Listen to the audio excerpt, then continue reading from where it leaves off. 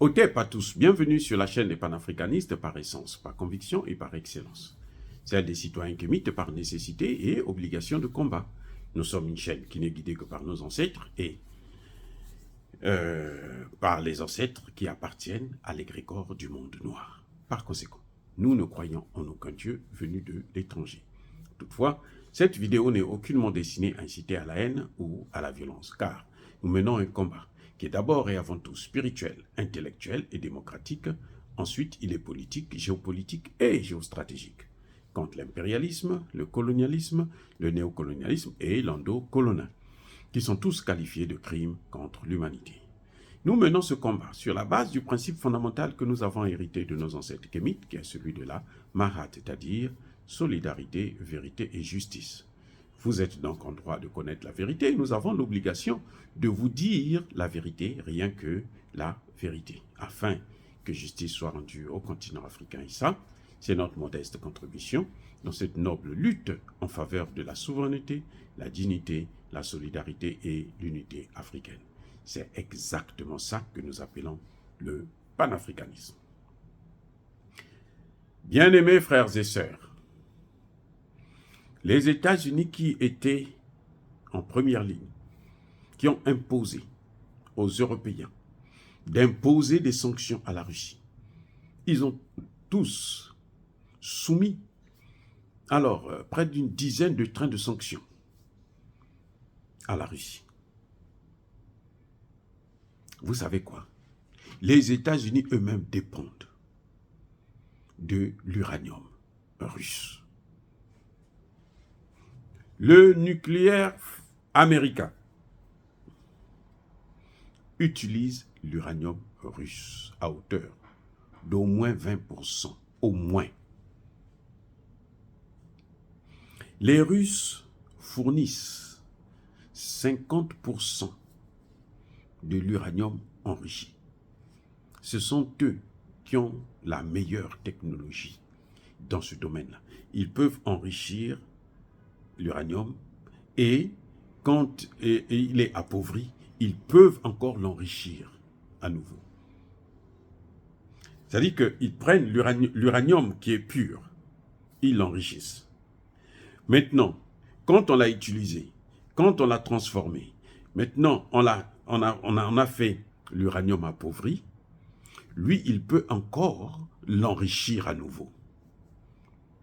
Donc, c'est à peu près la loi de Lavoisier. Rien ne se perd. Tout se transforme. Eh oui, on ne perd rien. Ce qui est appauvri, là, on peut l'enrichir encore. Donc, quand on enrichit, après la gangue, là, vous savez, les Russes n'ont pas un problème de stockage des déchets radioactifs. Ce que les Français ont. N'oubliez pas que des villes entières au Niger sont polluées par la France. Parce que la France expose. Elle ne maîtrise pas la technique de protection de l'uranium. C'est pour ça que vous voyez que la France a fait ses essais nucléaires. D'abord en Algérie, ça a commencé en Algérie, et ils ont laissé beaucoup de dégâts, jusqu'aujourd'hui d'ailleurs. Nous avons une sœur algérienne, Linda Larbaoui, qui passe toujours sur Afrique Média, qui souffre justement, qui est survivante d'un cancer. Mais elle l'a eu en Algérie. C'est parce que elle était dans les endroits où la France utilisait. Donc jusqu'à maintenant, vous voyez, avant les années 60, jusqu'à maintenant, il continue ça continue à faire des dégâts. Parce qu'en général, ça dure de plusieurs années, plusieurs centaines d'années. C'est pas par dizaines, non, par centaines qu'on compte ça. Et après l'Algérie, qu'est-ce que les Français ont fait? Ils sont allés dans les territoires d'outre-mer, là où il y a des Noirs. Parce que là-bas, ils peuvent mourir, c'est pas grave. Guadeloupe, Martinique et tout ça là. Donc, ils peuvent aller faire les essais là-bas. Eux, ils peuvent mourir, ce n'est pas un problème. Ils n'ont jamais fait ça en France. Quand les gens ont dit, mais attendez, on est en train de pourrir, gaspiller les terres là-bas, ils sont venus, c'est là qu'ils ont arrêté de faire des essais nucléaires. sur le sol. Voilà, parce qu'ils ne maîtrisent pas la technique. Parce qu'ils ne savent pas quoi faire des déchets nucléaires. Et tous ces pays-là, que vous voyez, même l'Italie, l'Allemagne et autres, l'Angleterre, ils envoient ça en Afrique, en cachette, sans le savoir. Vous vous souvenez le scandale qu'il y a eu, où les Français sont venus déposer des déchets nucléaires en Côte d'Ivoire. Donc, aujourd'hui, les États-Unis, il y a un débat aux États-Unis concernant justement l'uranium. Il y a maintenant des voix qui s'élèvent, notamment les dirigeants du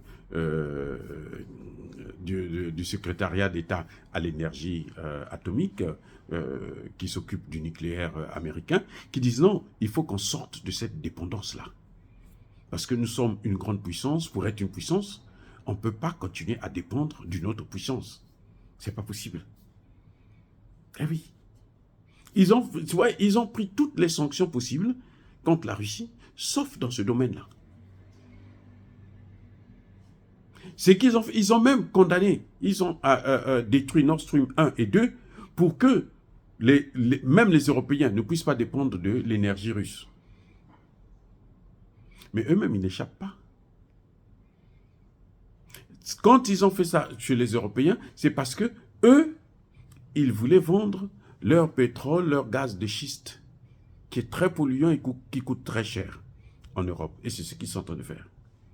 Et malgré ça, ça ne suffit pas. Les Européens sont obligés d'acheter, de consommer le gaz russe, le pétrole russe, via l'Inde. Parce que l'Inde est aujourd'hui l'un des premiers partenaires russes qui achète son pétrole et son gaz. Et c'est l'Inde maintenant qui vend ça à l'Europe. C'est la même chose. C'est le pétrole russe. Même si ça passe, ça transite par l'Inde. Au contraire, ça coûte même plus cher. Eh oui, voilà ce qui est en train de se passer actuellement.